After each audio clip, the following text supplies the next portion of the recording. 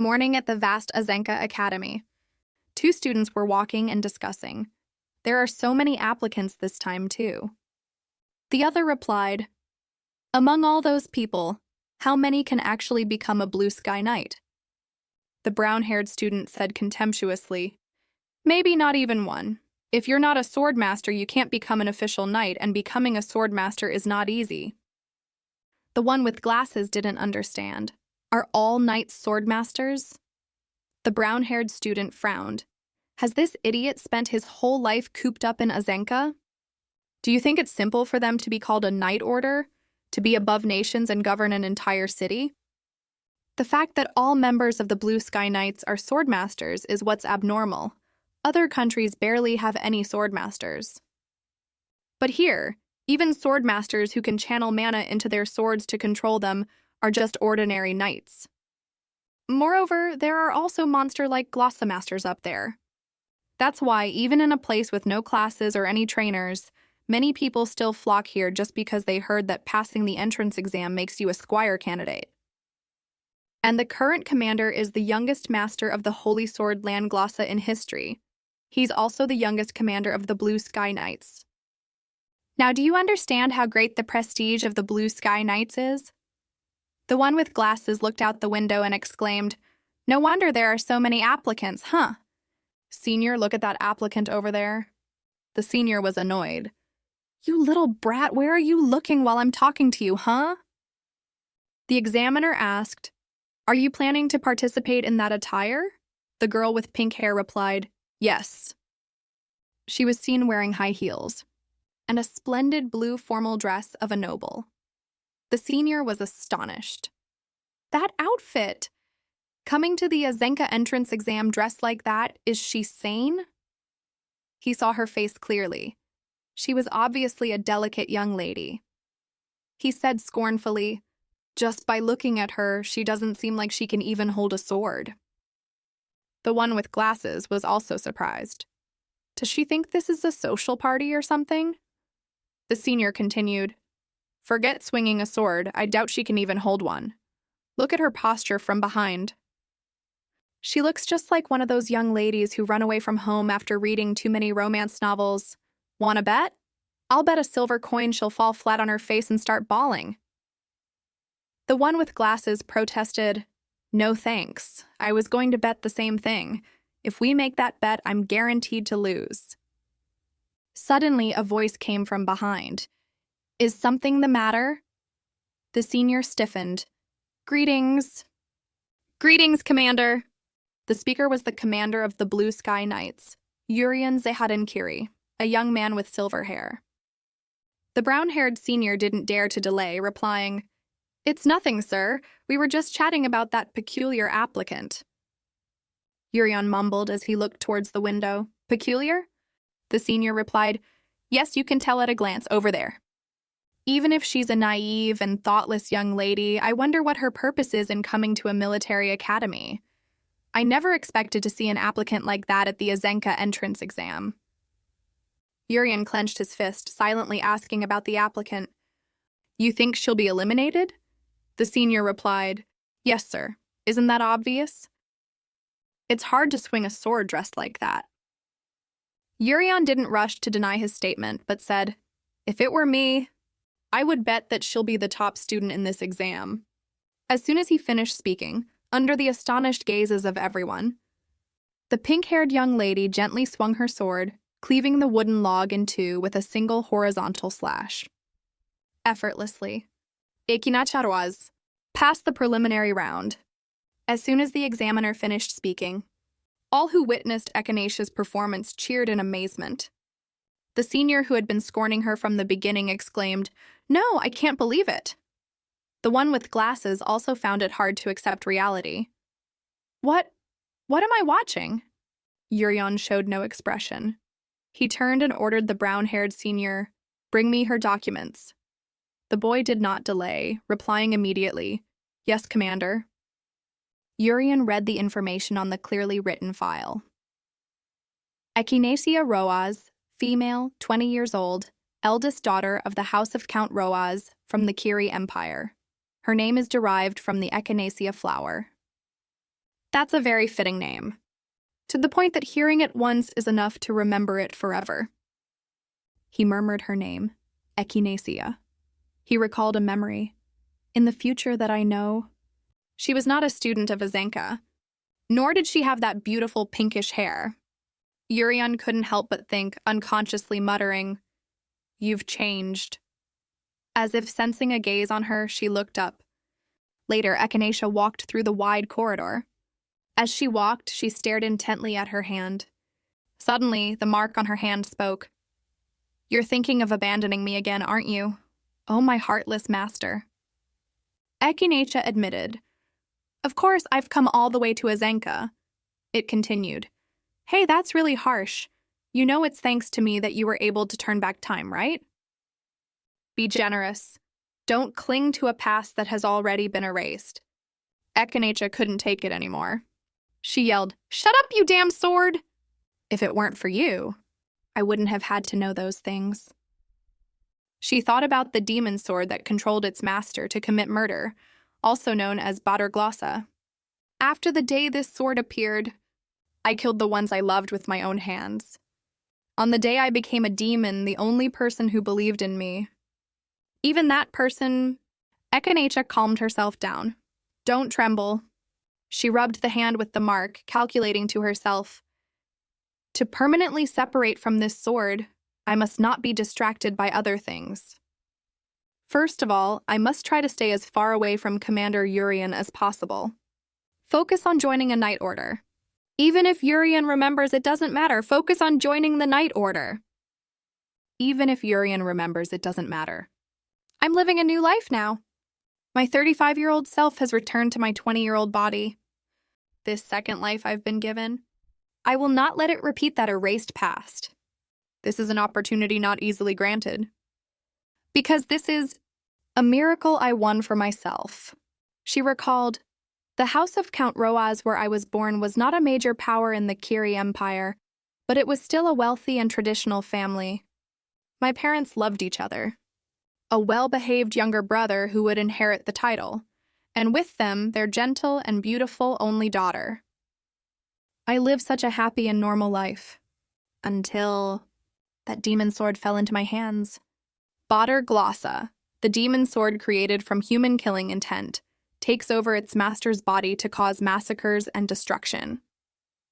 However, the demon sword's power is so great that the body eventually cannot withstand it and is destroyed. And the fate of the demon sword's master is to lose their host. But my body was different. My insane level of mana compatibility kept my body from collapsing, and my innate physique was perfectly optimized for the demon sword's swordsmanship. Just like that, I became a one-of-a-kind genius, and a demon wielding a demon sword. I wish I had never known. I never wanted to know I was a genius in this way. Starting with the people I cherished, to some famous mercenaries.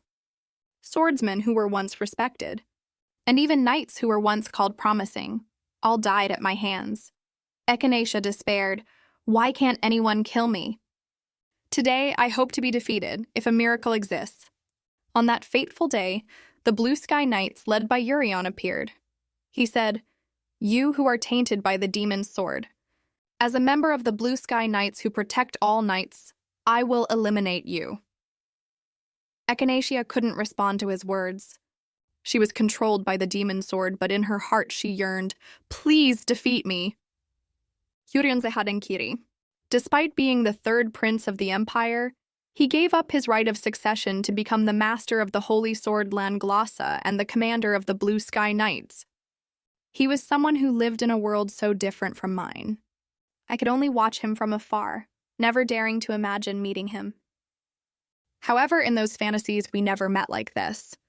Moreover, even he, the commander of the Blue Sky Knights, defeating me was impossible. Echania couldn't control her body.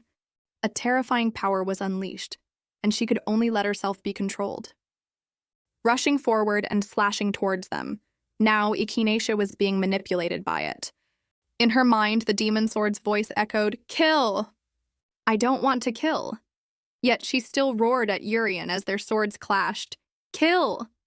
Echania prayed from the bottom of her heart. I hope he will defeat me. Please, stop me. Yurion was astonished by her power. Truly extraordinary, and what a pity. If you were a knight, I could have dueled you with all my heart. Diechik, carrying his sword on his shoulder, spoke up. Commander Yurion, shall we join in? Without turning, Yurion replied, Yes. This is not a duel. It's an extermination. Teresa trembled, trying to get up by leaning on her sword. She's terrifyingly strong. To hold out this long against all four of us by herself. Even for the demon of the demon sword, it's still hard to believe. Diechik teased her. It's right in front of you and you can't believe it? Are you blind, Teresa? She retorted angrily. Shut up, Diechik. Baron sighed. What a shame. Such talent to be involved with a demon sword. Echania heard this and was resentful. You think I wanted this? If I knew it was a demon sword, would I have been crazy enough to touch it? I was just... Suddenly, Yurion spoke, saying exactly what she always wanted others to understand. She didn't want to take hold of that thing either. As he finished speaking, the battle was decided. He raised the longsword in his hand, stating firmly, she didn't want to do this. Echania was astonished, but being manipulated, she couldn't speak.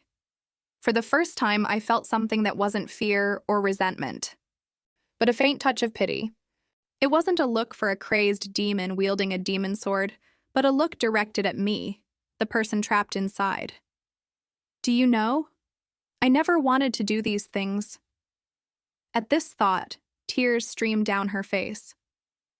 Yurion was startled. The long sword in his hand could no longer strike. He mumbled, She's crying. Diechik disapproved of his hesitation to eliminate the threat. He said, That body is just a corpse being controlled by the demon sword. It's impossible. Once swallowed by a demon sword, the self can no longer exist. Yurion replied, She is still there, and it is her will and the demon sword that are fighting. Baron agreed with Diechik's point. Commander, overcoming the power of a demon sword is impossible, even with a glimmer of hope. You know very well how many territories she has destroyed and how many people have died at her hands. Yurion lifted his sword from Echania, blaming himself. The increase in casualties is partly our fault. Diechik was angry. The fault lies with those foolish Imperials who insisted they could handle this themselves. Hearing everyone's words, Echania lay on the ground and heard it all. She couldn't deny what she had done. At this moment, Yurion sheathed his sword. One cannot punish a crime that was not committed intentionally. Diechik couldn't hold back and rushed forward. This is insane. Hey, Yurion, normally I somewhat respect your knightly code of ethics, but not this time. Teresa stopped Diechik's impulsive action, but she also disapproved of Yurion's. Commander, what are you planning to do? He gently lifted her into his arms. Yurion replied, I will give her a chance. Although Echania's eyes were closed, she could still hear the sounds around her. Amidst the muffled, echoing words, only his voice rang out clearly. Like a ray of light from the heavens, like a miracle descending, she silently shed tears. Echania was captured by the Night Order and imprisoned. She did not complain, only recalling what had happened. And so, I was imprisoned in the dungeons of the Blue Sky Knights. The chains binding my body suppressed the sword's power. Every day I faced my own subconscious. I fought that demon sword for an uncountable amount of time. I also experienced failures and despairs of equal measure. I imagined my own moment of victory even in such arduous battles. Currently, Echania is bound by many chains and magic circles that restrict her ability to act and use magic. This also helped her greatly in regaining her sanity. Echania thought to herself, if my body recovers, first I will wash away the filth and sleep on a very soft bed. The next day, I will brush my pink hair smooth and return to my former appearance. And after that, suddenly her thoughts were interrupted. Yurion asked the jailer, Still the same? He replied formally, Yes, nothing unusual today, sir. Commander Yurion. Echania looked up with lifeless eyes at the man who had saved her.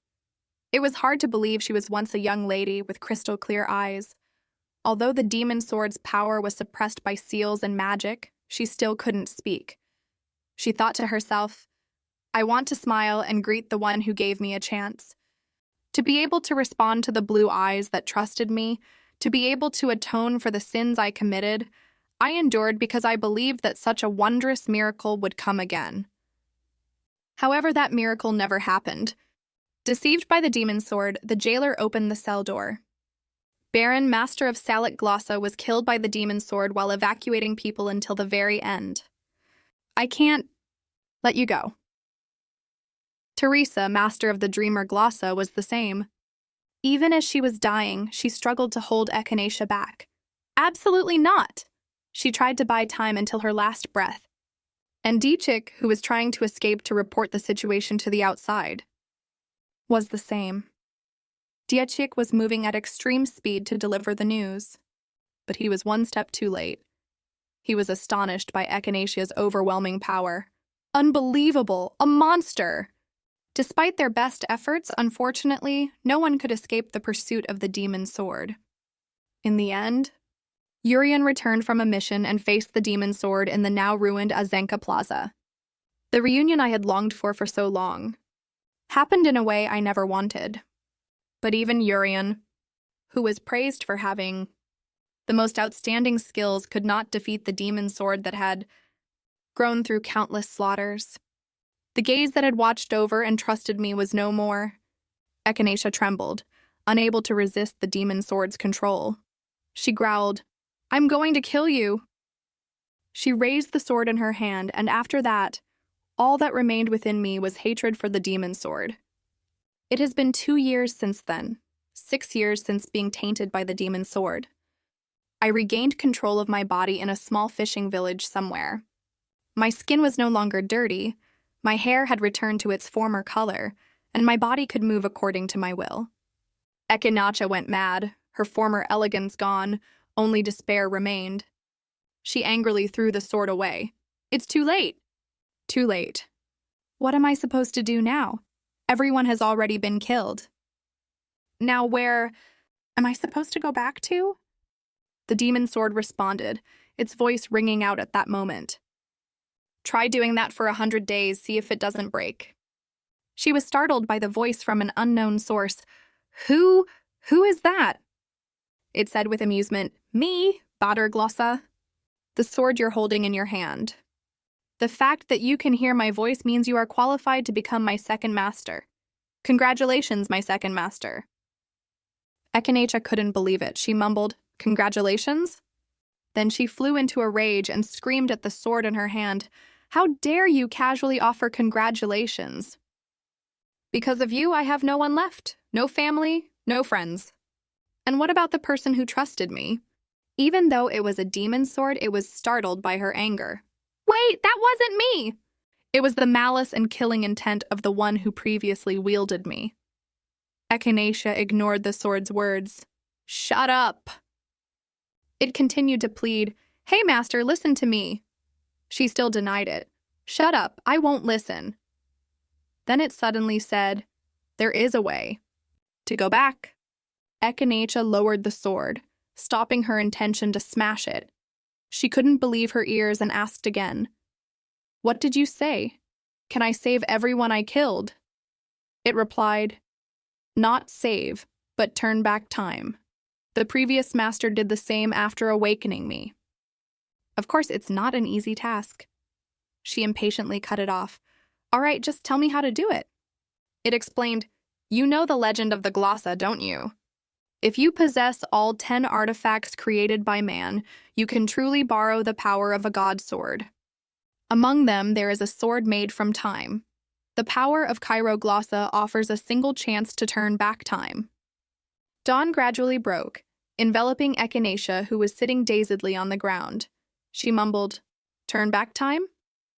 She silently considered. It's true that it's not an easy task. The sword could be lying. But even if that possibility is slim, she said resolutely, I will save them all with my own hands. she recalled. That day I grasped that faint glimmer of hope and made a decision. Not to wait for a miracle to come to me, but to seize that miracle for myself. And in the end, I was able to reach the place where that miracle existed. Once upon a time, there was a blacksmith who challenged the gods. A god granted the arrogant blacksmith the power to forge swords from intangible things like night and day, and said, "I have given you power equal to mine. Use it to create the most perfect sword. This is the glossa trial I set for you." The blacksmith created 10 swords over 100 years. Upon seeing them, the god immediately forged 2 swords on the spot. Those 2 swords were both more beautiful and more powerful than all 10 of the blacksmith's swords combined, causing the blacksmith to finally regret his arrogance. The god forgave him and brought him to the divine realm.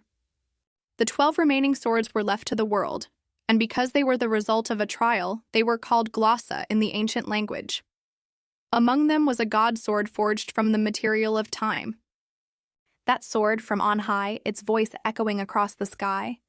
"Worthy human, what do you desire?" Echania, who had now cut off her once proud long hair, replied resolutely, "It took me 9 years to get here. Glossa, take me back to the past, to a time when no one had died because of me." The Sword of Time inquired, "Why do you wish to return to the past?" Echania answered without hesitation, "Because I want to save the people I killed." The sword continued to poke at her pain. "You killed them with your own hands, and now you want to save them?" she shouted, cutting it off. "I never wanted to kill them." It fell silent for a long time. Then, as if it had finished thinking, it said to her, "I understand. So what then? In a world where everyone is still alive, what will you do next?" Echania was startled. She truly hadn't thought about that. Until now, she had only thought about how to save everyone. She thought, "After that, I just want to fix what I destroyed with my own hands. I never thought about what would happen afterwards. I just want to bring everyone back." Echania gritted her teeth and said, "Yes, I just want to live a normal life. Right now, I can't even sleep peacefully, and I can't remember the last time I smiled. I'm just an existing shell. But if I can turn back time and change everything," she thought to herself, "if I can return to the person I was." Echania removed the hood covering her face. Her eyes were red-rimmed as she clasped her hands and earnestly pleaded with the sword, "Then, I want to be happy too." The sword did not fail her plea. It replied, "Very well. I will lend you my power, worthy human. But there will be no second miracle, so try your best to become happy." A magical beam of light shone down from the sky. The gods had heard and accepted her request. The second time she opened her eyes, Echania sat up from the soft bed, her pink hair swaying gently. She mumbled, "This sound." A familiar ceiling. "Lazo, mother. My pink hair is back. My hands and feet move according to my will. This body is mine." And the maid was startled to see her running like that and said worriedly, My lady, this area is still under training. It's very dangerous." Her younger brother was startled to see his sister running. He called out worriedly, "Sis, what are you doing here at this hour?" Before he could finish, Echania rushed to hug him. Her eyes welled up. "My family is back too." March 17th, Divine Calendar, year 1629, I returned to that day, the day I picked up the demon sword. Lazo was bewildered. "Sis?" She paid him no mind, still hugging him tightly as if afraid he would disappear if she let go. She thought to herself, carrying a new resolve, overcoming even despair. Nora, while dressing her, advised worriedly, "You gave me quite a scare early this morning, my lady. If you wake up early, you should call me. Why were you wandering around like that?" "It's so unladylike," Echania chuckled. "Sorry, Nora." She continued to ask, "But why are you up so early? Are you not feeling well somewhere?" "You often complain about insomnia at dawn." Echania flinched. "Wait, did I call you at dawn this morning? Nora was confused. You don't remember? You said you couldn't sleep, so you asked me to bring you some warm milk. She shuddered. The situation is exactly the same as when I picked up that sword. That dawn, Nora went to the kitchen and never came back, so I went there myself. A sleepy Echania pushed open the kitchen door and asked, Nora, what's taking so long? And what I faced then was not the gentle and loyal Nora, but Nora who had been consumed by the demon's sword and turned into a demon. I don't clearly remember how I dodged that attack. When I came to my senses, the demon's sword that Nora had dropped was right in front of me, and I, to survive, had no choice but to pick it up. Her face turned cold. She asked again, Did you see anything strange at that time? Nora recalled, Something strange? About that? Ah. There was a strange package in the kitchen that I had never seen before. Echania asked worriedly, Do you still have it?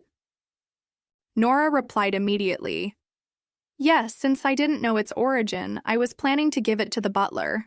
She ordered, Give it to me, I'll handle it myself. She looked at the cloth that had once been used to wrap something. As I thought, the length is exactly the same as the demon sword. Someone intentionally brought it into the kitchen. She thought to herself, but because the demon sword isn't inside, the past where Nora picked up the sword has now changed. Because, she asked the mark on her hand, Badr, answer me. Why are you still clinging to me even though I've turned back time? The fact that Nora didn't go mad and get controlled didn't happen, because Badr glossa was still in my hands. Echania frowned, growling at it. Badr, answer me. Just then, Nora pushed the door open, calling, My lady. Will you be having breakfast in the dining hall? I'll inform the kitchen. She was confused. Together? With whom? Nora tilted her head in question. You're acting strange today, my lady. With the master, the madam, and the young master, of course. Her father spoke cheerfully. It's quite nice to have a meal together once in a while. Ah, I heard Nicole is coming tomorrow. Lazo was excited. He's finally on leave. I have to ask him to play with me.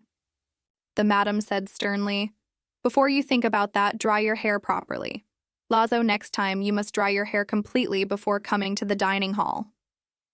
At this moment, the father looked worriedly at Echania. But Echi hasn't eaten a single bite. Lazo also turned and asked, That's right, sis. You haven't eaten anything. Echania recalled her past. The act of killing her own family had become a psychological trauma for her. She trembled, clutching her dress so tightly it wrinkled. Echania replied with difficulty, No, it's just her current appearance. She remembered that fateful day, her father collapsing in a pool of blood. And Lazo, supporting their mother, his sword-wielding hand trembling, asked in disbelief, How? What on earth happened? Why would you do that, sis? Echania composed herself and replied, It's because I missed everyone so much, so... She thought to herself, Only now can I feel it. Her father was surprised. We saw each other yesterday. Lazo burst out laughing. Haha, are you still half asleep, sis? Echania took in this warm scene, the scene I had missed so much, that I had struggled so hard to find again. Her mother, being perceptive, noticed something was off with her today and asked with concern, Did you have a nightmare, Echi? She replied, Yes. It was a real nightmare. She continued to think, And this is the life I must strive to protect. Echania gathered her mana. She mumbled, It's newly formed, so the accumulated mana is still low. Anyway, the mana core has been created properly. A mana core, something only knights at the Sword Saint level can create. It is a reservoir of mana within the body. She continued to herself. In my past life, I already had a mana core, so I overlooked the fact that my current body didn't have one. Moreover, trying to move in this state, it's understandable that I would get exhausted quickly. She thought to herself, So the mana core has appeared. She summoned the demon sword. Badr! Then she gathered her mana and struck its blade hard. Glossa screamed in pain. Azazazazai!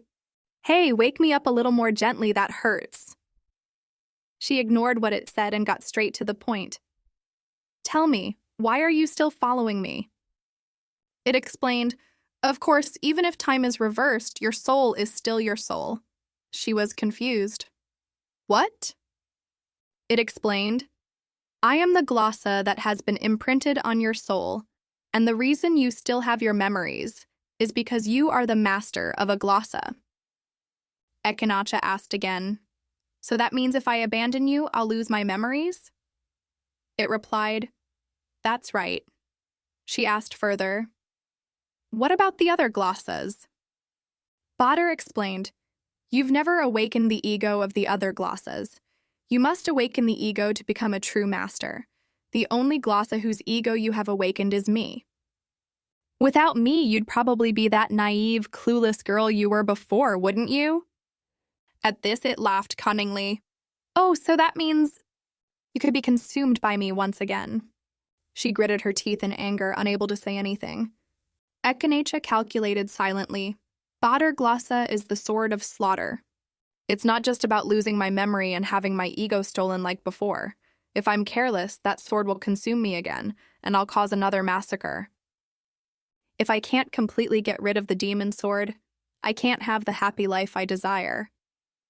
Suddenly she said, but if it's here, the glossa hall where all discovered glossas are sealed. If it's a place deep within the blue sky nights, I might be able to get a new glossa to seal the demon sword. And there are only 3 ways to get in there. First, when discovering and storing a glossa of unknown whereabouts. Second, when the current master of a glossa has died or retired and returned the glossa. And third is giving the opportunity to choose a glossa to an official knight of the Night Order. I can enter the glossa hall 3 times, but the problem is... Echania spoke up, asking the sword in her hand. Baraha, do the masters of the other glossas still have their memories? It mocked her. You don't know again, do you? How would I know if they've awakened their glossa's ego? If they've really awakened it, they should have remembered everything by now. Echania thought to herself, there are 4 glossa masters in the Night Order. Vice Commander Baron, Teresa, Diechik. And Commander Yurion, she mumbled to herself.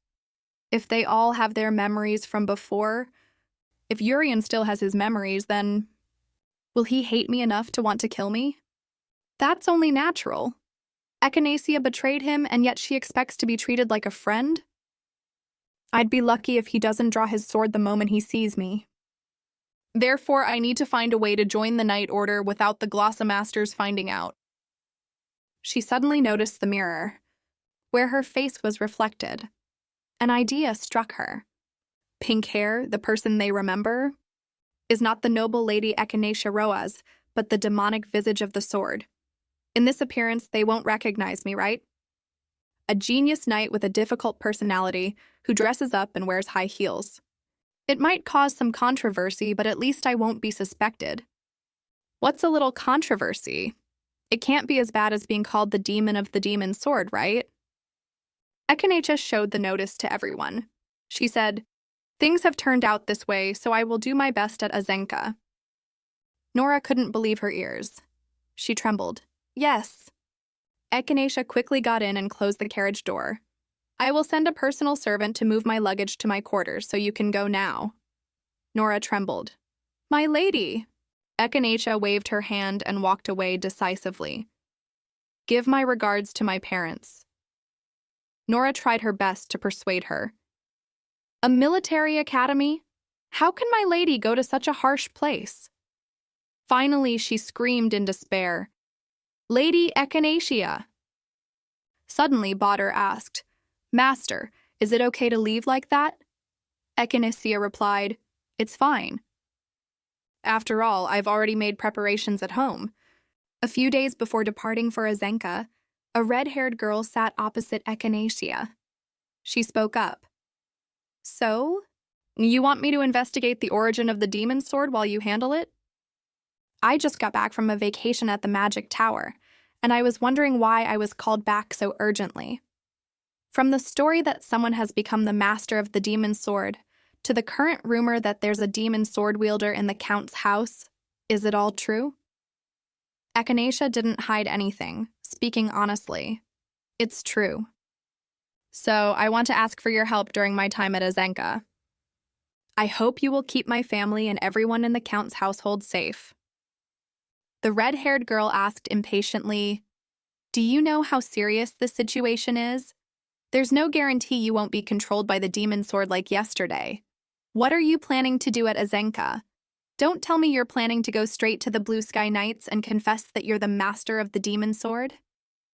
Echania toyed with the sword in her hand and replied, I don't intend to tell my family about this, I'm only telling you. The red-haired girl said worriedly, Where does that confidence come from? Is it because I'm your family's mage? Echania denied it. That's not it. Echania recalled old memories. When she was a child, the red-haired girl and Echania used to play together, and she also remembered her past life, when she was controlled by the demon sword.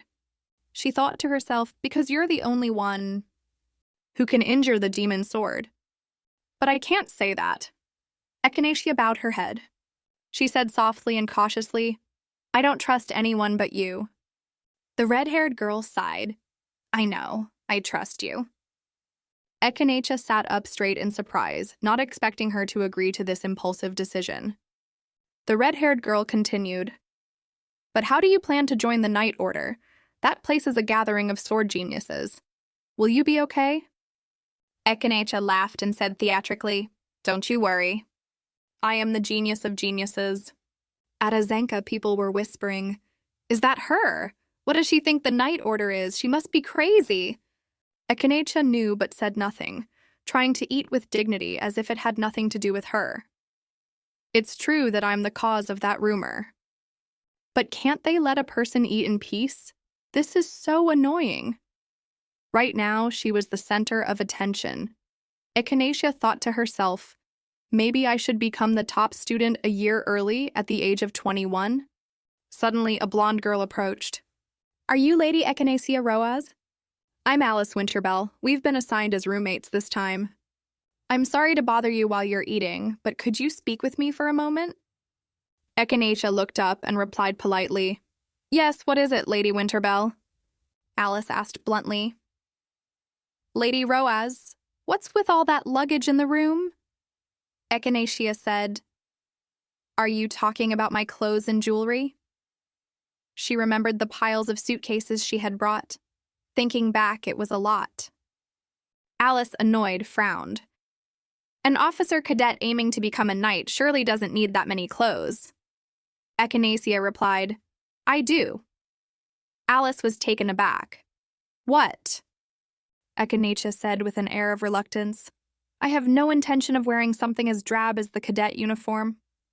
Besides, the regulations don't say we're not allowed to wear dresses. Alice suppressed her anger. Of course they don't, because it doesn't fit the image of a knight. Echania frowned. So what do you think a knight should be like, Lady Winterbell? Alice placed a hand on her chest and said, It's the knightly spirit. A person of honor, humility, respect for the weak with a solemn demeanor. Just like Lady Teresa von Frankenmarie. Echania put down her cutlery and said slowly, No one said the knightly spirit can't be accompanied by a little embellishment? Alice retorted, Of course it can't, because that's vanity and extravagance. Echania gave a sarcastic smile. These are items I've always used. So wouldn't deliberately buying clothes to look like a knight be more extravagant? Alice gritted her teeth and argued back, In the first place, how can you even use a sword properly wearing such impractical clothes? Echania said calmly, I find it normal, and the truth is it doesn't affect anything at all. Alice thought angrily, how could someone like her be the top student? Alice didn't hide her expression, so Echania noticed immediately. Look at that expression. That obvious display of a rookie's spirit is kind of cute. But criticizing others like this is annoying, so I need to put a damper on her enthusiasm. Echania spoke up. If you really don't believe me, would you like to duel me in this state? Alice clenched her fists, thinking Echania was mocking her. Are you saying that for someone like you, wearing a dress is no problem? Is that what you mean? Echania was surprised. Heavens, I had no such disrespectful thought. I'm just confident I can defeat you, Lady Winterbell. Alice growled angrily. I officially challenge you to a duel. Echania Roaz, if I win, you will apologize for your insulting words and actions. And you will never wear such extravagant clothes again. Echania smirked and agreed. Fine, and if I win, you won't complain about me anymore, okay? Alice named the meeting spot. Tonight, the training ground behind the dormitory. Suddenly, a male student stepped forward. He said, Everyone here? Looks like you're having fun. If you two don't mind, could I serve as a witness as the student representative? Suddenly, a hand reached out with an offer. If you two don't mind, could I, as the student representative, serve as a witness? Hearing this, Alice beside her also froze. Echania turned to look at the person, confused. Who are you? Ian smiled and introduced himself. Ian Palocho, 3rd year as the student representative. I believe I can be a fair witness. Alice quickly bowed. Greetings, senior. He also smiled gently. Don't be so formal. Did I interrupt something between you two? But she kept her head bowed, her eyes closed respectfully. Not at all, sir. Thank you for volunteering to be a witness. Ian looked at them and promised, See you at the training ground tonight. Alice looked up and confirmed, Yes, see you later, senior. Next, she turned to the person sitting at the table. Echania also looked at her curiously. And also... Alice's eyes were filled with dislike, her brows furrowed in annoyance. Lady Roaz! Echania just looked at her silently, thinking to herself, I think it's better to settle things definitively from the start. Afterwards, the crowd in the dining hall watched Alice's retreating back. She told herself, I hope nothing more complicated happens. A voice echoed in her head. A sword duel? Are you planning to kill them? It's been a while since I smelled blood. Let's do it! Echania clenched her fist and cursed, Shut up! Suddenly, a voice from behind caught her attention. Just as the rumors say, quite impressive from the very first day, Cadet Echania. Ian sat down in front of her, smiling and resting his hands on the table. Echania wondered in confusion. This guy, hasn't he left yet? Immediately after, she calmly looked him straight in the face. Do you need something? But he just smiled cheerfully, extending a hand. Nothing at all. Would you like to join our club? She was confused. Club? Seeing her expression, he realized, It seems you don't know about it, do you? In the dining hall, the chatter was nonstop. He noted, You're a new cadet, so it's understandable. There are new cadets who come here without knowing much, like you. Then he explained, You know that our academy doesn't have regular classes or tests, right? She confirmed. Yes. Ian added, Instead, we have a ranking system. He held up 3 fingers, speaking gently. Every 3 months, all new cadets will fight in a match to determine their rank. If you want to change your rank, you can challenge someone and take their rank by defeating them. Echania said calmly, Yes, I've heard about that. Her gaze flickered slightly as she thought, I only remember that the ranking board is the core of the academy. Then she recalled the academy's rules. A majestic, sparkling gold emblem. The cadets of Azena Military Academy serve as temporary squires through ranked matches. In this case, a squire is an assistant to an official knight. Then she thought about the weapons inside the armory. Unlike regular servants, they manage weapons, armor, and horses, and assist in training as well as combat. Then she thought about the sword duels. If you're lucky, you can even receive some advice on swordsmanship during that time. Crossed swords with a crown on top, unless a knight specifically designates a squire. The ranked ladder with a light at the top of the tower. Cadets will be assigned to knights based on their rank in the ranking matches. Ian reminded her, to become a temporary squire for talented knights, your rank must be very high. In the dining hall, his explanation became clearer.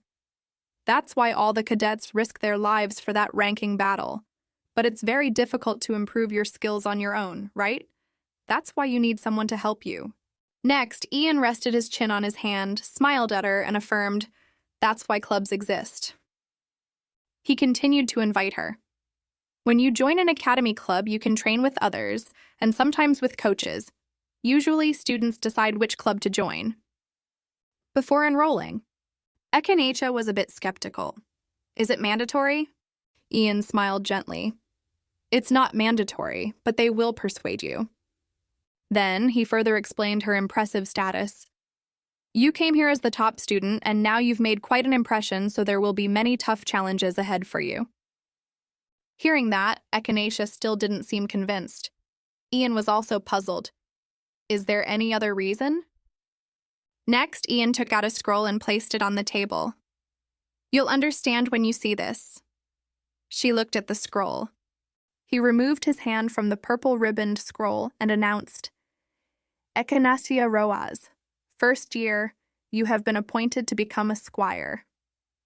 Seeing this, the surrounding people quickly started whispering in astonishment. "A squire? A new cadet is a squire? Does that mean a knight personally appointed her?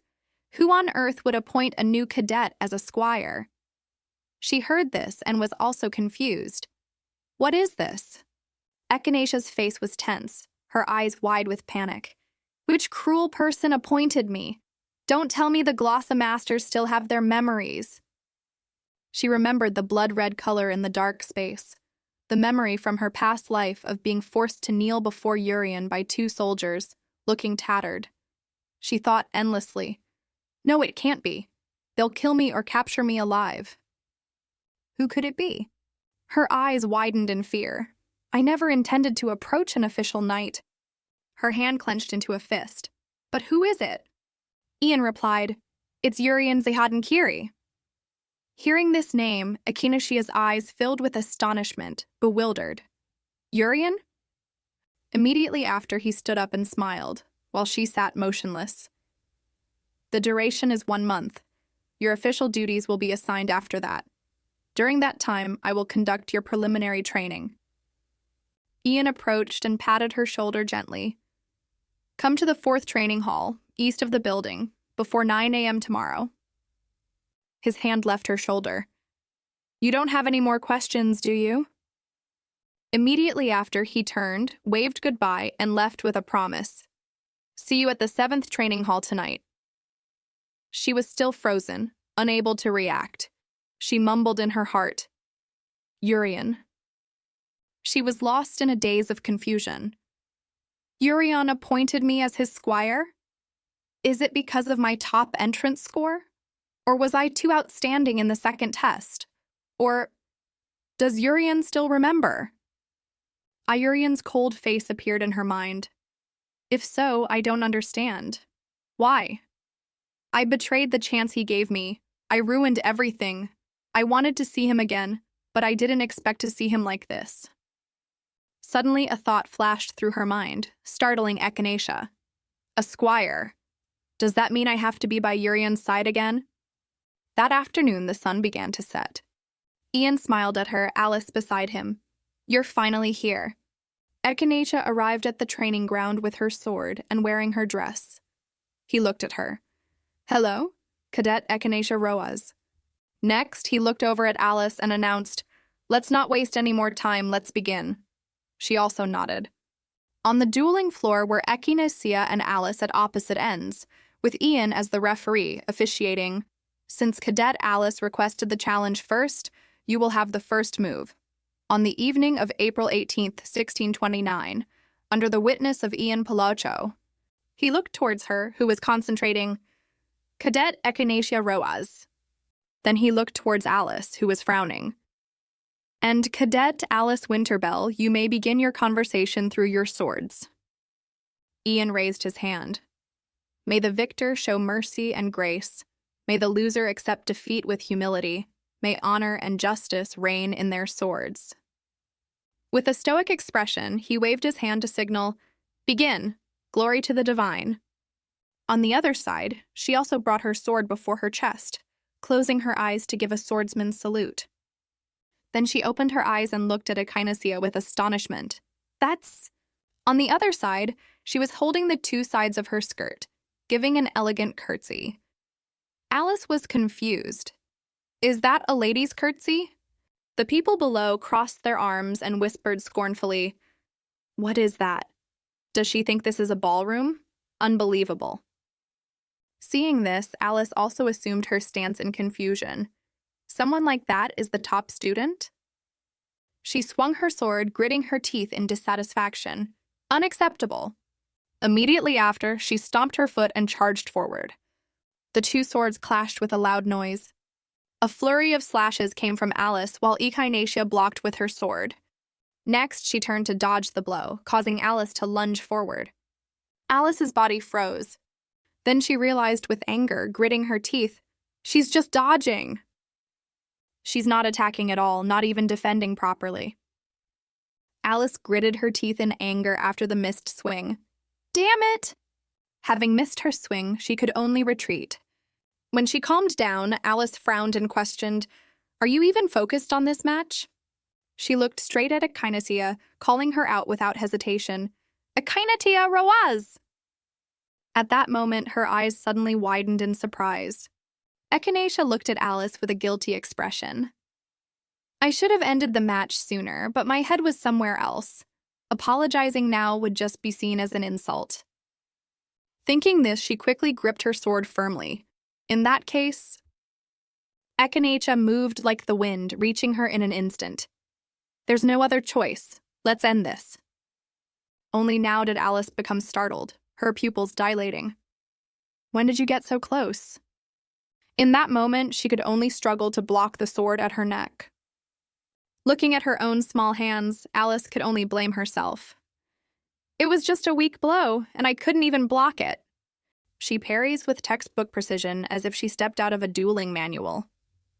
She couldn't stop losing focus thinking about Echania. The more I observe, the more I realize her swordsmanship is as authentic as she is. As for me, since when did I start calculating? Right now, the next step will probably be to slide along my blade and close the distance. As predicted, Echania successfully slid her sword past Alice's waist. Her hands continued to maneuver the silver sword. I knew it would be like this. Alice, who was so arrogant at the beginning, was ultimately helpless against the relentless attacks. She's so by the book, so of course I can read her like one.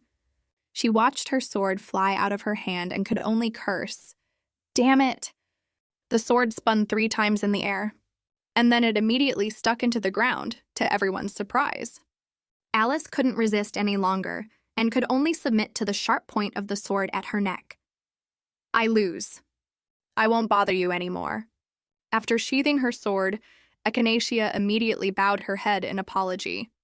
"No, I was the one who was rude, Lady Winterbell." Her eyes suddenly flashed with unwillingness. This wasn't a real sword duel. She wasn't focused at all. Ian, after witnessing this scene, couldn't help but applaud happily. "You two did well. I'm glad no one was hurt." Alice didn't want to stay and be the center of attention, so she asked for his permission. "Thank you for being a witness. If you don't mind, may I leave first?" Ian had no choice but to console her. "Of course. Oh, since this match took place before the ranking match, it won't affect your ranking." So Alice took this opportunity to leave. "I understand. Then I'll be taking my leave." Soon, a stern voice rang in Echania's ear. "A total of 3 times. That's how many times you've acted as a knight's temporary aide." She instinctively jumped. "Huh?" He glanced at her before casually praising. "Knights aren't the type to make impulsive decisions. That's why it's easy to follow their lead. They are rational, respect the law, and are the embodiment of a sword master. But this time, I'm not so sure." "Why do you think he chose you? Because you're talented, or perhaps you have some connection to him?" At this, a sense of anxiety suddenly rose within her. "No, I don't know. I also don't know why I was chosen. Seeing Echania so tense, Ian quickly soothed her with a pat on the shoulder. Come on, I'm sure it was still fair. That action momentarily made her pensive. Ian Palocho. Because of this, Echania suddenly froze, ignoring his words. Don't forget 9 a.m. tomorrow. Rookie Echania. She secretly glanced at his mouth with disgust, a mocking smile on her face. Now I remember. In Echania's memory, the square was burned to a crisp. 3 years later, on the day Azena was ravaged by the demon sword. The Ian Palocho she had met was a knight of Azena. At that time, an old man couldn't react in time to a malicious hand. Even as he fell before a frantic Echania, he still reached out his hand begging, "Sir Knight, save me." When she saw Ian's expression, she realized that the person in her memory wasn't smiling kindly. He had revealed his wicked nature. To buy time to escape, he pointed innocent civilians, children, the elderly, the weak, in the direction of the cursed sword. Then, according to Echania, he was cornered in terror. Wait, don't kill me, I'll do anything. I saw many people over there. The sword was raised to Ian's eye level, but he still tried to bargain. I'm a knight. If you let me live, I'll offer them to you. But before he could finish his words, a streak of light flashed past Ian's eyes. I killed him. Back in reality, Echania gently pushed his hand away with disgust. See you tomorrow, senior. How could someone like that become a knight? Ridiculous. Before the beautiful waterfall, a voice suddenly rang out in the air. You walk so fast! This isn't the main path, is it? The other person heard this and replied immediately. Yeah, he pissed me off, so I had to come here. Hey, are you planning to solve everything by killing them all like before? Furious with the meddlesome mouth, she scolded, Shut up! That is not my will. She looked at the sunlit building with longing. I want that house to still be standing there. Everyone living happily. Before Echania's eyes, people were still walking about the peaceful scenery of Azena. She couldn't help but smile thinking of that scene. I really want to see those things. But the other voice rang out with a hint of contempt. Boring? Suddenly a voice rang out, startling Echania. Rookie! Yurion had just appeared and didn't hesitate to call out her name. Echania Roaz. He looked at Echania with astonished eyes, and she too stared blankly as if not believing her eyes. Yurion. Yurion stood by the water tower, and as soon as he saw Echania, he quickly asked, Do you remember me? Right after, she had to shyly turn her face away. I looked at him, thinking he would know me. How careless. She said, I'm sorry, but I don't recognize you. Echania was sweating bullets with fear but tried to act calm. Do you know me? He seemed very confident in his reply. You know who I am. You definitely do. You've met me before, haven't you? These words made her so panicked her eyes widened. No way! He still remembers? He said we've met, but when? If he still remembers, what should I do? As if reading Echania's mind, Yurion quickly answered, At the birthday party last summer. Now she was completely stunned by his words. You met me at a birthday party? So Yurion recalled the scene of Echania staring at him. Although I didn't know who you were, I remember seeing you. Didn't you see me? Hearing this, she had an excuse to look down. We didn't even speak or even make eye contact. Nothing at all. Suddenly, as if realizing something, Echania hastily stood up. So you're the captain? I'm sorry for not recognizing you sooner. But he continued with another sentence. Don't call me captain, call me by my name. My name is Yurion. As soon as he finished, Echania quickly objected. Captain, I'm just a rookie. How could I dare? But Yurion was very nonchalant. Rookie? I know. He unhurriedly questioned the person before him. Why did you join the academy? She, on the other hand, was in a state of extreme panic. Is he asking because of my style? Right after, Echania uttered a sentence that made Yurion fall silent. I want to become a knight. But very quickly she had to compose herself, clenching her fists at his questioning. Why do you want to become a knight? In the end, Echania could only turn her face away and say in a stammering voice, because I like swords. At that moment, Yurion's hands touched hers. You like swords? He gallantly lifted Echinaceia's hand to look at it, making her unable to hide her shyness. Yurion's question was so gentle that it made Echinacia stare blankly. Your hands don't look like the hands of someone who would wield a sword, do they? I'll ask again. In the silent space, his voice was clearer than ever. Why do you want to become a knight? The sentence momentarily startled her. Panicked and shy, Echinacia pulled her hand back. Of all things, my right hand. I thought he would recognize it. She wistfully rubbed her hand before slowly speaking with a troubled heart. I could easily make up a reason, but to him, I don't want to lie.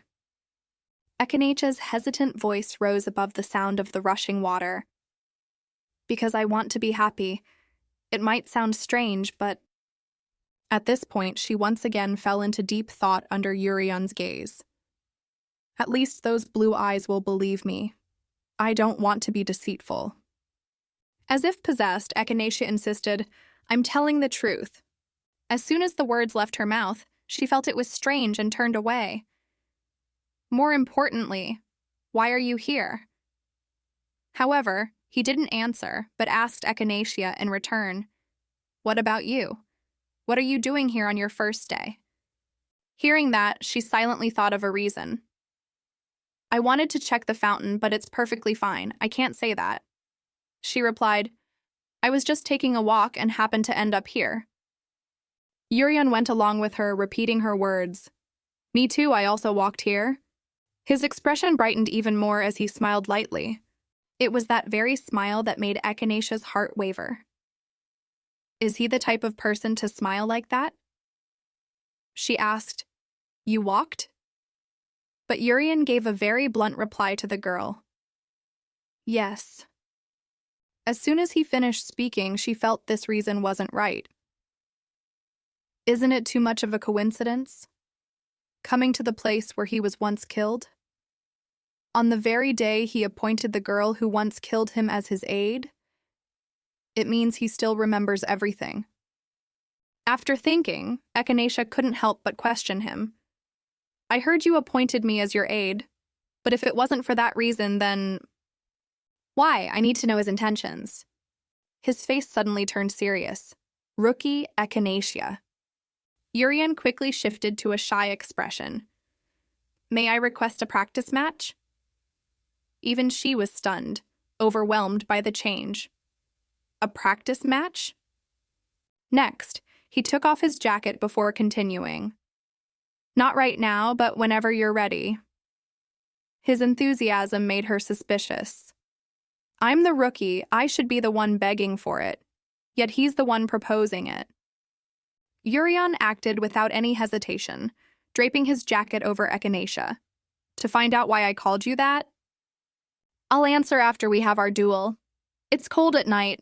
Don't go for walks anymore, rookie Echinacia. At this moment, the mysterious voice echoed in her ear again. What is he thinking? Glossa has chosen a foolish master. As Echinacia touched the jacket on her shoulder, she pleaded, Tell me about it. I don't understand either. The time was now early morning, and her voice continued to ring out. There's only one possibility. Echinacia opened the closet, her mouth chattering nonstop. Maybe he's trying to keep me close to watch me.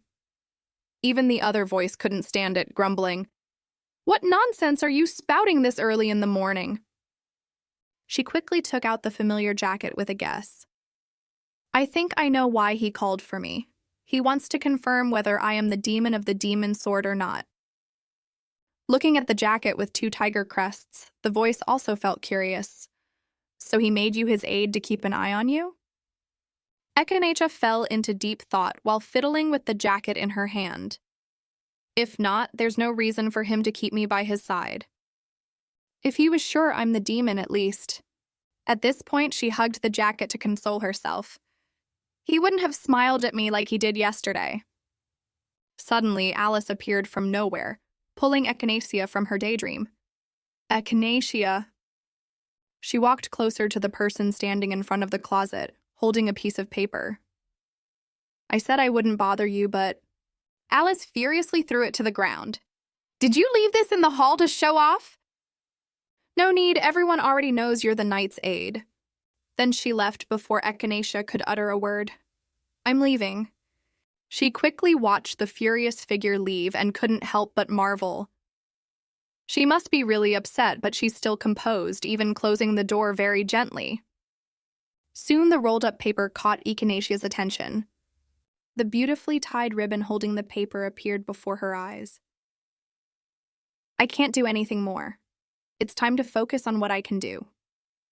Cut to the dueling ground, a heroic voice suddenly rang out, Hello, rookie Echania! Ian had just appeared and cheerfully greeted her. Hello, senior. All right, let me introduce you to everyone. She, however, was very displeased with his presence. His smile makes me uncomfortable. He placed a hand on the shoulder of the person next to him and quickly started, This is student Brett Von Pooh, a third-year student.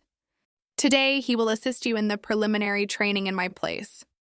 Brett Von Pooh took the opportunity to get closer to the beautiful Echania. As soon as they met, he showed his lecherous nature by touching her. You'll become an official aide after tomorrow, right? There's not much time left. But don't worry. She momentarily froze at his suggestive words. I'll teach you. In a hallway on the school grounds, Brett was sitting smugly on a chair, pretending to lecture Echania. He boasted, When the student representative leaves, we'll start our lesson. First, you'll be my aide for today. You must focus on me. She maintained a calm expression and replied, Yes, senior. Seeing her obedience, Brett continued to order, Call me sir. That's basic. Hearing this, Echania replied coolly, Yes, sir. Perhaps because his ego was satisfied, Brett became even more smug. He rubbed his chin and said, I will personally train you with a very specially designed exercise. He crossed his legs and arrogantly ordered Echania, First, massage my legs. Echania didn't obey him immediately, but asked back, Is that how you train an aide? Brett heard this and rambled on. Don't pretend you don't know when you're all dressed up in a gorgeous dress. He spoke with a voice mixed with confidence and contempt for her. You're trying to seduce the knight to marry him, aren't you? I know all about it. The bright sunlight pierced through the leaves while Brett kept rambling. Besides, your other scores are just average, but you became the top student because of your overwhelming performance in the second test, sparring with an apprentice knight. Rumors are spreading among the students. He pointed straight at her and announced, They're wondering how you could defeat an apprentice knight. After hearing him, Echania could only sigh helplessly and ask Brett, All those rumors spread in just one day. She lamented inwardly, I don't even know where to start correcting them. Seeing her reaction, Brett spoke mockingly. That's quite a skill. Even seducing the knight is impressive. Of course, this remark displeased her. Brett didn't notice the small change in Echania's emotions and continued to insult her arrogantly. Now that you're an aide, you can officially serve him. Every day must be a hot day, right? Facing Brett's insults, she told herself, During the days I spent collecting glossa, I thought I had heard every kind of insult from mercenaries. Looking at Brett's arrogant face, she came to a conclusion, but this is too vulgar. Echania was clearly starting to get annoyed. She wondered to herself, and he's dragging Yurion into this too? While she was angrily clenching her fists, a mysterious voice spoke. Master, you're angry, aren't you? Echania's body felt as if it were restrained by chains, while the voice continued to whisper enticingly in her ear. If you're annoyed, use me. Are you going to endure all those insults? Instantly, her hand began to move as the voice continued to ring out, Don't hesitate, just kill him. She said to Brett, What you said is a little hurtful, senior. Her words left him stunned, making him ask, What? Echania slowly lifted her skirt, revealing her long, slender, fair legs. Underneath was a pair of white stockings with alluring lace trim. Seeing this, Brett became excited, his face revealing his desire, and he even stuttered, "Well, well, I'll have to teach you how to respect your seniors." He happily rambled, "Or maybe your stubbornness has stimulated the higher-ups?" But before he could finish, she kicked him straight in the leg. Brett clutched his leg in pain, screaming, "Ah!" Echania, on the other hand, didn't bother pretending and said bluntly, "Your words truly make me sick, senior." She gracefully tucked a strand of hair behind her ear, her beauty so stunning it was as if flowers were blooming around her. Her small, pretty mouth taunted Brett. "Please bear with me." Inwardly, she felt a weight lifted. She thought, just as the demon sword said, no need to hold back anymore. To fit the eccentric genius style, I have to act the part a little. Glossa, the same voice that was tempting Echania earlier, was now scolding her. "Hey, I told you not to hesitate to kill him." She, however, put on a pouting face. Suddenly, she lowered her head slightly, touched her chin, and said, "I don't understand why I was chosen to be an aide, but I can tell you why I defeated the apprentice knight." Brett, still reeling from the painful kick, managed to ask her back, "What?" Her beautiful foot in a high-heeled shoe lifted gently. Echania answered him, "Like this." As she finished speaking, she delivered another hard stomp on Brett's back, who was already flat on the floor, making him scream pitifully, "Ah!" Despite the man writhing in pain beneath her foot, Echania just smirked and casually criticized, "Your opening is too obvious." He was terrified now and shouted, "Hey, what are you doing?"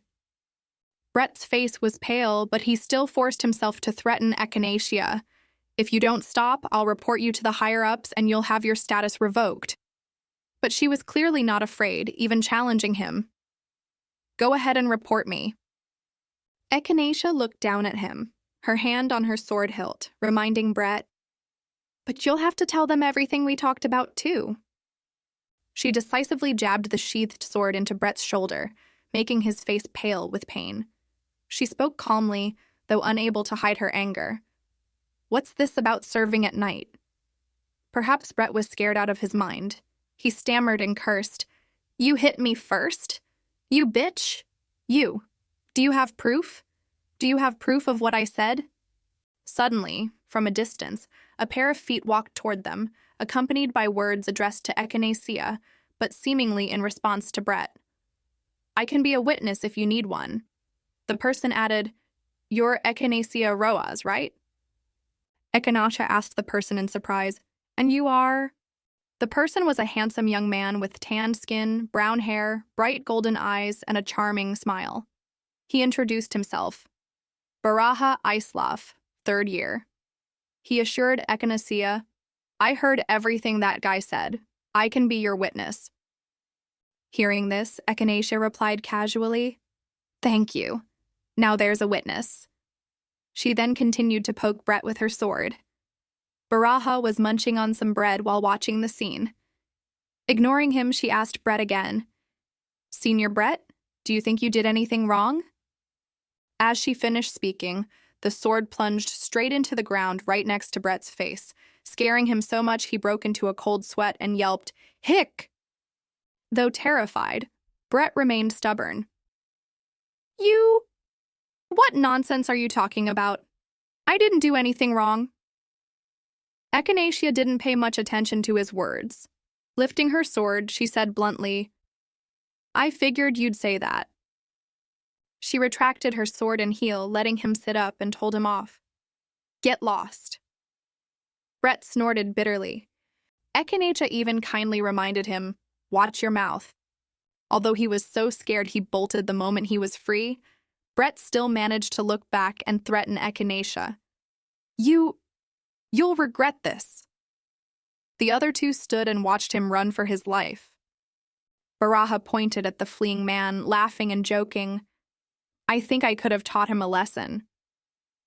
Echania turned her face away indifferently and replied, "I think the warning was enough, but if he acts up again, we'll need to teach him a few more lessons."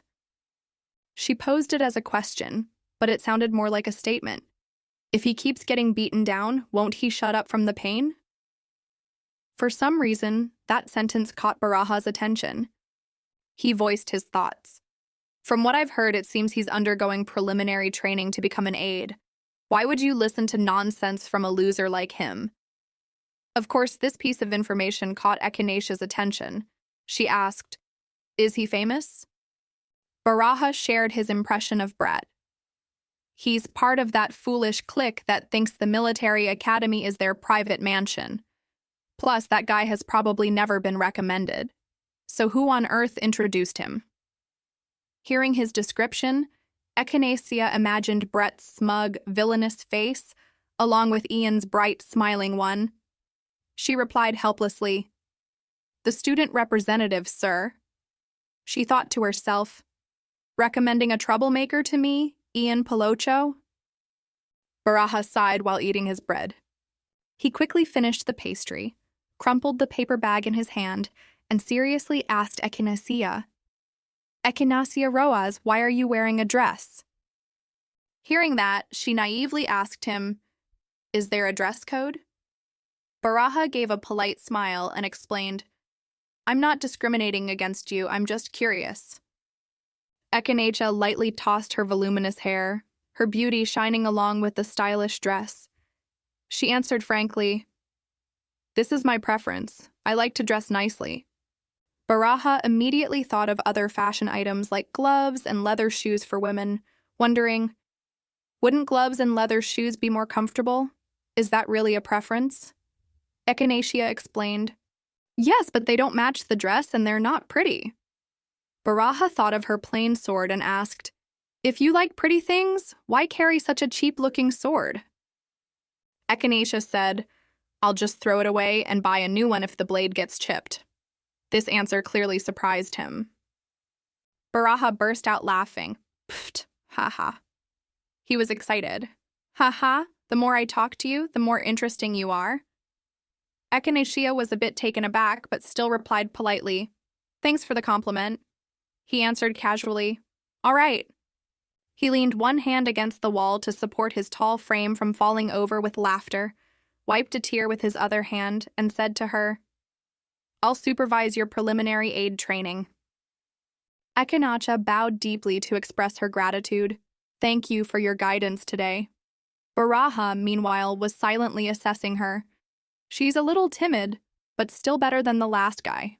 Can't refuse this." He reminded her, "Not just for today." This strange information surprised Echinaceia, making her head snap up as she blurted out, "What?" Baraha clasped his hands together and said slowly, "Let me introduce myself again. I am the aide of Baron Tullius, the master of Salic Glossa, and the vice commander of the Blue Sky Night Order." He looked straight at her, repeating his initial introduction, "Baraha Islaf, 3rd year." He beamed and announced to Echinaceia, "I will teach you until you become a true knight. From now until then, I'll be in your care." That sudden announcement made Echinaceia's beautiful eyes widen, while Baraha gently called out, "Junior." After the surprise passed, what remained in Echinaceia's emotions was anxiety. Her face turned pale. She thought, "I'm so screwed. This senior is the aide of the glossa master I killed?" She looked at Baraha's cheerful face in shock, filled with regret. "I'd rather be in that harassing rich boys club." A magnificent white castle with a classic beauty appeared behind the lush green trees, along with Echinaceia's shy words, "I'm fine, senior. You don't have to go that far." Baraha replied casually, "I'm just doing it because I think it's necessary." He puffed out his chest and said, "My mentor was the vice captain." Then he pointed to her dazed face and said, "And you're the captain's aide in training, even if it's only temporary for now." Baraha stood with his arms crossed, smiling reassuringly at her. "If you become an official aide later, we'll definitely have a lot of work to do together. So teaching you now will save me trouble later." His frankness and enthusiasm made Echinaceia a little shy. She worried inwardly. "I was so busy worrying about Yurion that I forgot about this." Echania calculated in her head, with this situation, I'll be running into more masters of other glossa. While she was lost in thought, Baraha turned to her. He made an invitation. First, follow me. I have something to give you. Echania replied awkwardly, yes. A new resolve formed in her mind. From now on, I have to dress even more extravagantly. She thought, to the point where no one will even recognize me. Then she imagined herself in an over-the-top dress with tons of accessories. The two of them walked one after another to the place Baraha mentioned. Perhaps because they walked for a long time without reaching their destination, Echania started to drift into her thoughts, but the more she thought, the stranger it seemed. She looked down, muttering to herself in her head, Baraha Islaf. She looked at his sturdy back from behind, thinking, such a large and recognizable figure. As a baron's aide, he should have left some impression. She thought. And yet, in that rare battle in Azena, I have no memory of killing him. Lost in thought, she followed Baraha to another castle, and the sky had unknowingly turned gloomy. Baraha looked up at the sky, holding out his hand to feel the air. He concluded, oh dear, it's about to rain. He was about to run, but still gestured to Echania, telling her, I'll run back to the dorms quickly. Please wait for me a moment. Echania replied politely, yes. Suddenly, she remembered something and thought to herself, I remember now. When I was hunted down by the glossa masters and imprisoned in the dungeon, it started to rain, and with it, Echania's old memories returned. On stormy, rainy days, the prison guards would often tell this story. She imagined the old scene when she still had black hair, watching two guards talking. One of them asked, is the vice captain visiting the cemetery again today? The other replied, it seems on stormy, thundery days like this he remembers old stories. The first one estimated and said, it's been 3 years, hasn't it? The story of that monster hunt feels like it was just yesterday. The other replied, because the losses were too great back then. The scene changes to a cemetery, where a man in uniform stands solemnly in the rain, bowing his head slightly before a grave. The guard's voice continued. Even the vice captain's aide lost his life in that battle. Accompanying this was the image of the grave in front of the general, the name of the deceased engraved in cursive on the tombstone, with a few white flowers placed on it. At that moment, Echania, taking shelter from the rain under a tree, also realized a crucial piece of information. This year in the monster hunt, Baraha Islaf will die. I'm someone who knows the future. She came to a conclusion in her mind, so at least I will try to change what I can. She thought with determination, and that also means the future can be completely changed. Just then, Baraha returned. He called to her, have you been waiting long? While she was still thinking, for example, Echania told herself, saving Baraha Islaf, who is destined to die soon. From her perspective, a thick, dark smoke surrounded Baraha, giving off a sense of death while he remained blissfully unaware. She looked at him, thinking, because his death is something the knights, those close to him, know best. She had an internal monologue. If the future really changes, I can also try to see who still retains their memories. Baraha handed Echania a small, carefully wrapped package, telling her, here, take this. It's today's homework. He explained further. It's a guidebook for aides, compiled from the experiences of seniors. Keep it, and if you have juniors later, pass it on to them. She held the book and the umbrella, looking at him. He instructed her, well, I have to go see my master now. Come to the training grounds tomorrow morning. She replied, thank you. But, senior, she politely asked, may I participate in this year's spring monster hunt? Baraha replied, that might be difficult this time. On May 10th, you'll still be an aide in training. Hearing this, Echania's fingers twitched slightly. He didn't notice, waving his hand and saying, "No one will let an unofficial rookie tag along." She still persisted. "Is there no other way?" Baraha seemed quite surprised. "You're more proactive than I thought. You want to experience real combat that badly?" She stated calmly, "As a sword user, that's only natural." Despite her determined attitude, Baraha still advised, "But you don't seem to accept swordsmanship that much, do you?"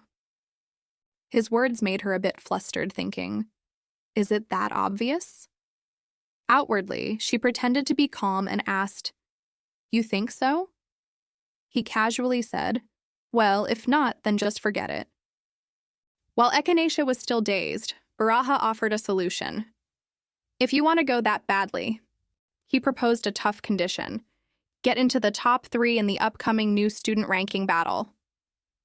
Those words made her freeze, holding her umbrella. He explained, "The monster hunt in the blue sky is a real battle, no different from actual combat." He continued, "But even for new students, the top 3 with the highest abilities will be given the chance to participate." He smiled, encouraging Echania. "Surely you're confident, aren't you, the top new student?" She remained silent, looking up at him. When he started to look distracted, Echania finally replied, "Not at all." She politely lifted her skirt slightly and bowed to Baraha. She didn't hesitate to show her determination to him. "In the upcoming monster hunt, I look forward to your guidance, Senior Baraha." He praised her. "Very good." She looked up at him. Baraha gave a truly sincere smile. The aura of a handsome man radiated from him as if making flowers bloom. He expressed his faith in Echania. "I'll be looking forward to it, Echania Roaz." The sky was still gray, but the two of them seemed more natural with each other. Echania returned the courtesy. "Thank you," and he said his farewell. "Well then, do your homework well. I'll check on you tomorrow." At this moment, Badar's voice rang out, "Master, you said you wouldn't aim for too high a rank." As Baraha's figure faded into the distance, Badar's questioning continued. "Now you're aiming for the top 3? Echania denied it. "No, top 1. This surprised it, making it exclaim, "Huh?" She walked away, talking to it at the same time. "I've become an aide anyway. There's no reason to hold back anymore." Echania's expression was somewhat murderous. She explained to Badar, "So I have to show my true abilities clearly so no one dares to gossip anymore."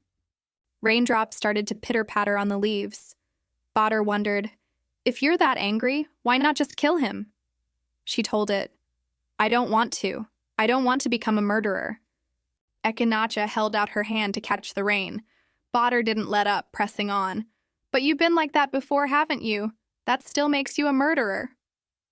She seemed displeased, clenching the raindrop in her fist, her face scrunched up, her tone annoyed. "You have no right to say that, Badar."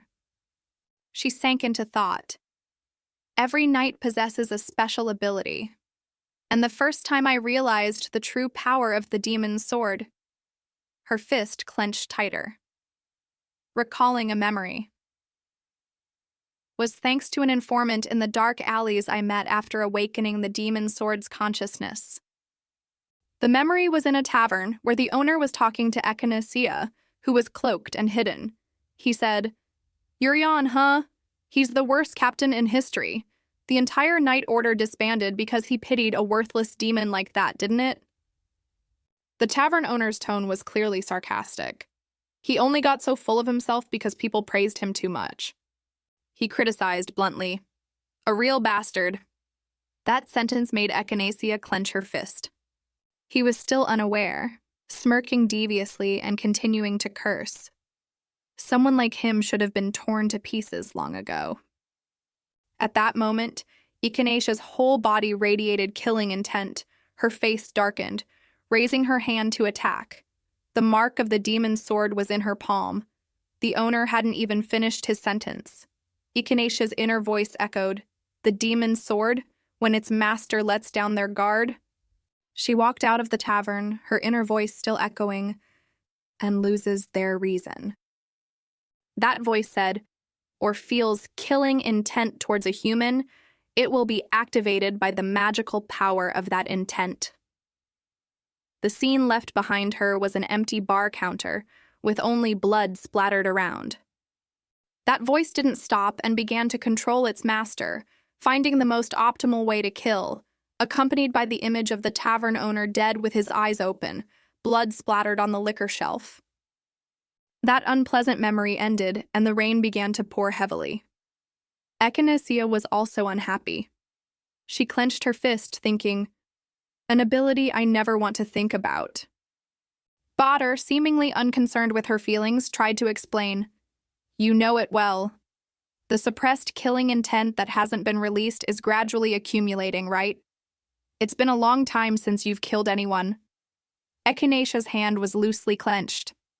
Her figure looked so small and lonely from behind. She watched other students running for shelter from the rain. Baraha advised, before it's too late, find someone who deserves to die and finish them off. It tried to tell her, I'm giving you serious advice. She angrily shouted, shut up! Clenching the hand with Baraha's mark tightly, she asserted to it, the decision is mine.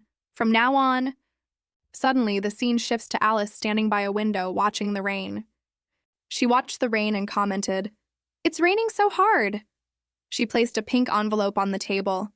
Inside the delicate pink envelope was a carefully wax-sealed letter. Echania's voice echoed again. From now on... She frowned slightly and said, I will not let myself be controlled by something like you ever again. A strange voice suddenly appeared, announcing, Miss Roaz, there's a telegram for you. Just as Echania opened the door, Alice looked at her and said, Miss Rose, there's a telegram for you. I left it on the table, please check it, Echania replied. Ah, thank you, Winterbell. Miss... Before she could finish, the other girl turned her back. Echania thought to herself, so cold. One is from home, just as I guessed. The other one is... She stared at the letter in her hand, which read, under surveillance, cannot confirm for certain, but traces of the silver lion's tail have been detected. Nicole Sistrin.